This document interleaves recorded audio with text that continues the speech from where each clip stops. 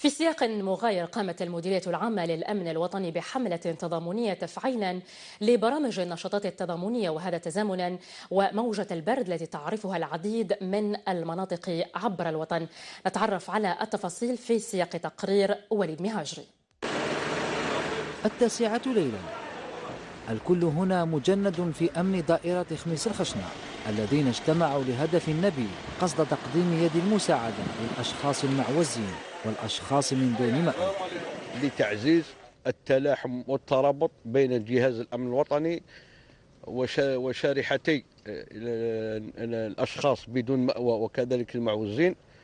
ارتأت أمن دائرة خميس خشنة تحت إشراف السيد مراقب الشرطة رئيس أمن ولاية بومرداس على تنظيم خرجة تضامنية لتوزيع وجبات ساخنة وكذلك بطانيات على هؤلاء الفئات الهشة، يعني بدون مأوى وكذلك المعوزين. حتى الدوريات الراجلة حاضرة أيضا من أجل تفقد المتشردين بالشوارع وتكريس ثقافة العمل التطوعي والإنساني.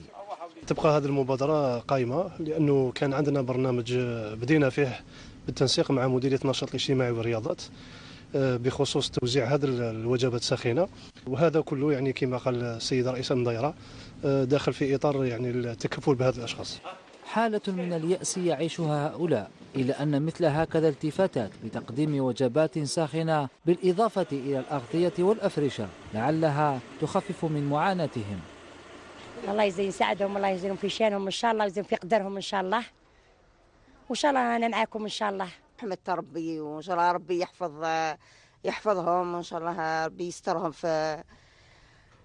ويستر وليداتهم إن شاء الله.